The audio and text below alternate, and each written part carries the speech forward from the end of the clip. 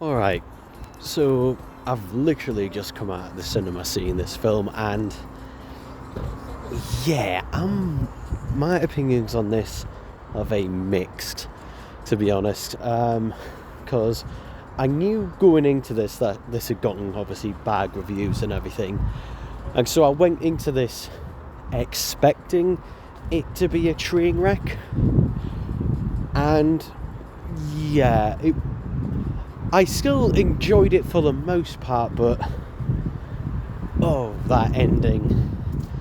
Yeah, that ending.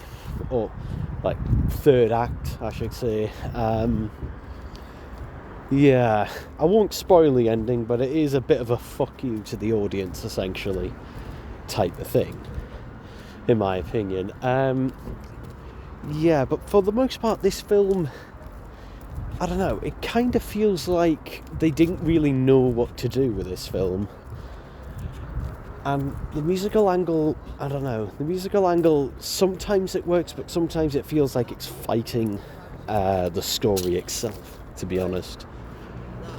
And, yeah, I don't know, it just feels like it just doesn't flow and that very well, and that it just feels like, okay, stop, have a musical bit, then we'll get back, to regular Joker stuff, and then we'll have another musical bit. Sometimes it does flow into it well, but a lot of the times it feels like I'm watching two different films.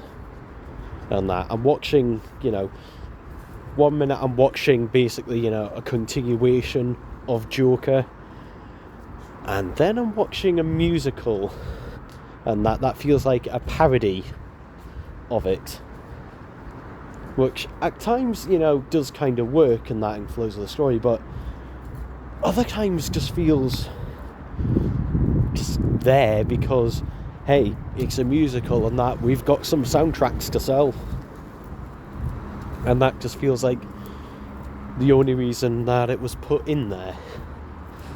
Yeah, I don't know. Like, for the most, like, the thing is, the first half of the film, while I was watching, I was just going, I can't really, haven't really found anything particularly in that wrong with it, but yeah, the second half, and that it's mainly that last third, to be honest, where it all kind of starts to fall apart, and I don't know, it feels like maybe there's some, like, reluctance there by Todd Phillips, and that, like, there's a lot of, I really didn't want to do this type of thing, but yeah, I don't know with this. I mean, before going to see this film, I did pre-order the Steelbook, and I don't think I'll cancel my pre-order on it, to be honest, because there's still enough there to where I can see, yeah, it's enjoyable. But to be honest, like, this, if you really enjoyed the first film, this one could ruin it for you. It could. And that, though equally, if you are going in there and expecting it to be nothing but, terrible all the way through, I wouldn't say that either. It's basically just all mixed up all over the place, to be honest. It feels like they had like a bunch of like separate ideas, and half of the ideas were like, jokes, that Arthur Fleck would make. It's like, jokes that aren't actually funny for ideas for the film, but they somehow, got left in. But yeah, and also, I haven't talked about the performances.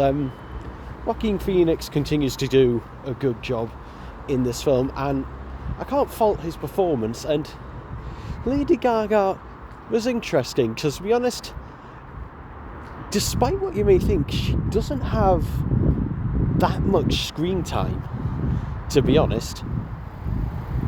She doesn't have very much screen time in the film, where, like, most of the time she's on screen is just, when she's singing and that, but I was expecting, you know, there to be more of a relationship between her and Arthur Fleck, but it just kind of pretends that there is, and that, but they have very little screen time together when you consider it.